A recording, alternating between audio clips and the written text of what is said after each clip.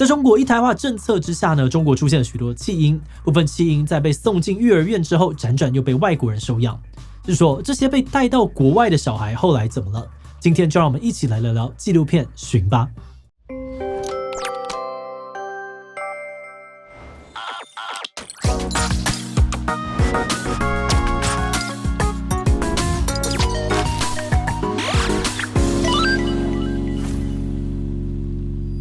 Hello， 大家好，我是志奇。中国政府为了控制人口数量，在1979年到2015年期间推行了一胎化生育政策，每对夫妻只被允许生一个小孩，如果违反规定就会面临罚款。在这样子的政策之下呢，很多的家庭会选择透过人工流产拿掉还没有出生的孩子，或是在孩子出生之后弃养。而当时重男轻女的观念之下，被抛下的通常都是女儿。那这些被弃养的孩子很多呢都会被送到地方的福利院，之后辗转被外国人收养。不过有些人在长大之后会想要去中国找回自己的亲生父母。今天要分享的纪录片《寻》就讲了3个女孩想要回中国寻根的故事。她们先是透过基因鉴定网站找到了彼此，然后又透过中国的寻人中心帮忙找亲生父母。那么当年中国一胎化到底发生什么事？为什么3个女孩想要寻根，最后有顺利找到家人吗？不过在开始今天的讨论之前，先让我们进入工商服务时间。你是否跟我一样有减重复胖的惨痛经验呢？记别气馁哦！我和减重名医宋叶人一起推出了外食减重学线上课程，能带你根据体质避开复胖地雷，让好不容易瘦下来的你不再因为3餐外食、没有空运动等等原因让体重回到原点。课程首先呢会带你掌握外食判断指南，一眼就能够根据食材的类型与烹调的方法来找到好吃、便利又能够瘦的日常外食。而如果想要杜绝复胖那就一定要认识影响减重成效最关键的荷尔蒙体质，根据体质调整作息与饮食来减重，就不用勉强自己疯狂的运动节食挨饿，更不用担心一旦松懈就迅速的膨胀复胖。现在外食减重学好评开课咯，限时的优惠呢是75折，输入我的专属折扣码 STAYFIT77 还能够再折500元，赶快一起加入吧。纪录片的3位主角莉莉、沙蒂跟寇伊分别成长于美国3个不同的家庭。彼此的共同点是，他们原本都是在中国出生的孩子，但是呢，在出生之后被家人弃养，成为了弃婴，后来被美国人收养。莉莉在俄克拉荷马州的天主教家庭长大，养母是一位未婚的单身女性。沙蒂跟家人住在田纳西州，养父母离婚之后呢，她需要分配时间轮流跟养父母相处。而至于年纪最小的寇伊，则是被一对信仰犹太教的夫妻收养，住在亚利桑那州的凤凰城。那因为这3个小孩都被收养到了白人家庭，从小就跟家人长得不一样，所以呢，在进入青春期之后，他们也透过了基因鉴定网站 23andMe 想要更了解自己的出身。结果在鉴定之后呢，他们发现彼此是有血缘的表亲关系。3位主角进而透过网络认识，成为了无话不聊的好朋友。其中当然也聊到了身份认同、被收养、好奇原生家庭等等的话题。纪录片当中，沙蒂跟莉莉都表示，如果有机会，他们想要找到自己的亲生父母。而至于寇伊呢，则表明自己还没有准备好要面对，但他希望能够认识当初照顾自己的育幼院保姆。于是3位女孩呢，联络了一间名叫做中华家迈的寻人公司。根据官网的资讯，中华家迈是一间致力于为海外的华人提供寻根与祖籍地的探访帮助，以及维护中国传统文化遗产的公司。纪录片当中呢，与3位主角接洽的中华家迈专员刘浩呢，职位是系谱研究员。他的工作是帮助这些被收养到国外的孩子重新找回在中国的家人，以及帮助在中国的父母亲找到呢他们被送到了国外的孩子。刘浩提到自己也是在一胎化政策时期出生的孩子，但因为她是女生，就让重男轻女的爸爸非常的不满。爸爸不但责怪妈妈，扬言要离婚，甚至一度呢想要弃养刘浩，最后是祖父母把他保了下来。而在弟弟出生之后，他更是经常感受到爸爸的差别对待。成长过程当中有许多挣扎，跟爸爸的关系也很疏离。因为有这样子的经历刘浩觉得他在某种程度上面可以同理这些被抛弃的女儿。长大之后呢，也希望自己能够多为这些孩子做些什么，因此成为了系谱研究员。而在跟女孩们取得了联系、了解需求之后呢，刘浩也对案件展开调查，并透过寻人广告等等的方式搜集资讯。他锁定了几个可能目标之后，也实地的走访农村，为沙蒂还有莉莉寻找可能的亲人。刘浩首先找到了沙蒂可能的妈妈黄丽。以务农为生的黄丽回忆到，当初他委托邻居在半夜把女儿抱走，但事后邻居并不愿意透露当时他把孩子抱去了哪里。这年来呢，黄丽经常想起自己的女儿，但碍于没有任何的资讯，就算呢想要找人，也不知道从何找起。而在一胎化政策之下呢，他也被迫装上避孕环，当时每3个月就要检查一次。另外呢，还有一位不愿意上镜头的妇女，在看到刘好张贴的寻人广告之后，也主动联络，因为她觉得沙地长得像是自己的孩子。她表示呢，自己当初怀孕之后不忍心把孩子拿掉，就生了下来，然后她就这样子前前后后总共送走了3个女儿。这年来呢，她也想要找到自己的女儿们，但她同时又觉得，就算找到了女儿，大概也不会原谅她。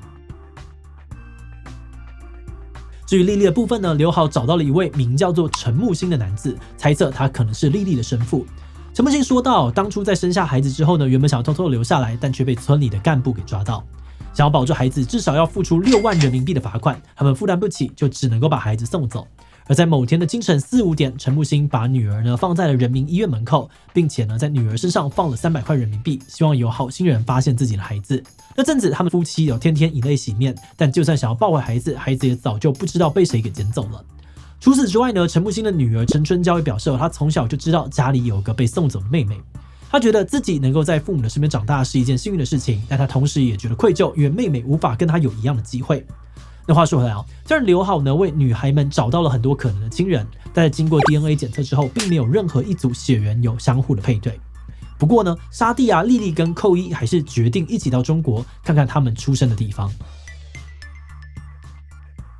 在家人的陪同之下，3个女孩来到中国跟刘好会合，这同时也是他们第一次在现实生活当中见到彼此。那虽然说没有找到亲生父母，但他们也一起走访了当初各自被丢弃的地点，拜访了曾经待过的福利院，见到照顾过他们的保姆。其中呢，寇伊的保姆李兰目前是化州市社福院的院长，他表示在2001年左右的巅峰时期，福利院内呢就200多个宝宝。但福利院的设备并不是很完善，而且保姆跟婴儿的比例失衡，大家其实都过得很困难。甚至当宝宝太多，院内已经塞不下的时候，保姆会把孩子带回家照顾。像是莉莉呢，就在保姆养慕地家中度过了人生的第1年。而当刘好询问，当保姆们看到外国人千里迢迢来中国收养孩子是什么感觉时，沙地的保姆李淑英不舍地说，这宝宝不是他的孩子，但相处后一定会有感情。看到孩子被收养到这么远的地方，当然会难过，也会担心孩子未来能不能够过上好的生活。而另外在纪录片当中，刘浩也安排让女孩们见到了莉莉原本可能的爸爸与姐姐，也就是刚刚提到的陈木星跟陈春娇。一边呢是想要找回女儿的家庭，另外一边呢是想要找到亲人的女儿。虽然就基因检测上面并不匹配，但是双方呢在见到彼此之后还是难掩激动。而透过这次的经验呢，女孩们也意识到自己的亲生父母或许就会跟陈木星这家人一样，也会在某个地方想念着他们，只可惜目前还没有找到人。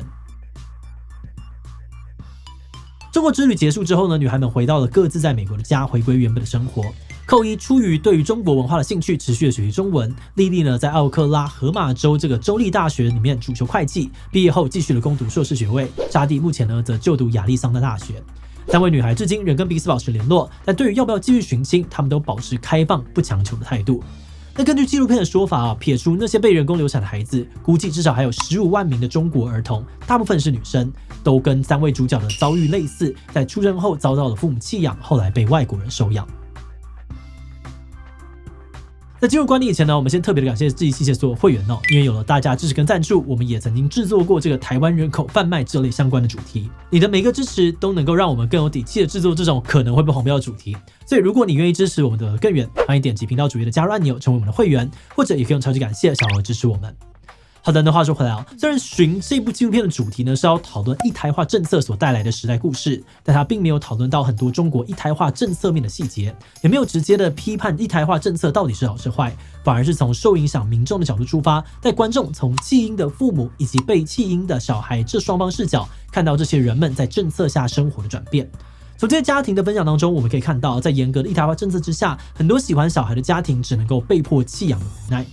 弃养时呢，很多人会故意把孩子放在显眼的地方，像是医院门口天桥上、菜市场之类的，就是希望这个孩子被捡到之后可以有更好的生活。但数十年来很多父母心中还是充满着懊悔跟痛苦。那么觉得这个拍摄的手法呢，让整部纪录片显得更加的有温度。3位女孩的中国寻亲之旅，也让我们觉得心酸中带有温暖。这边推荐大家可以亲自的把纪录片找来看看另外，在看完这部片之后，我们也在思考，所以家人究竟是什么一回事呢？主角之一的沙地在片尾说到，他在经历这趟旅程之后，觉得自己一直以来呢，好像都找错家人了，因为真正的家人其实就在他的身边。对他来说，家人是那些会用心对待支持你的人，他们会接受你最真实的样子，爱你原本的样子，而这份陪伴跟爱是比血缘更加重要的事情。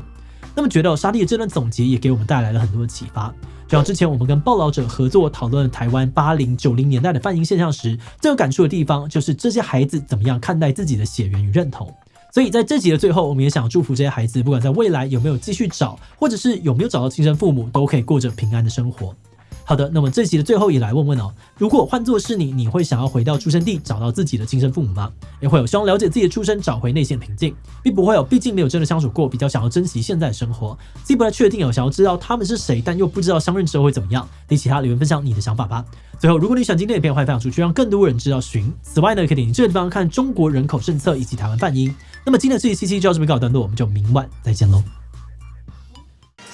Regardez la diffusion des Jeux Olympiques de Chongqing. Oui， 先使申办行动精彩5G HiNet 光时代指定方案，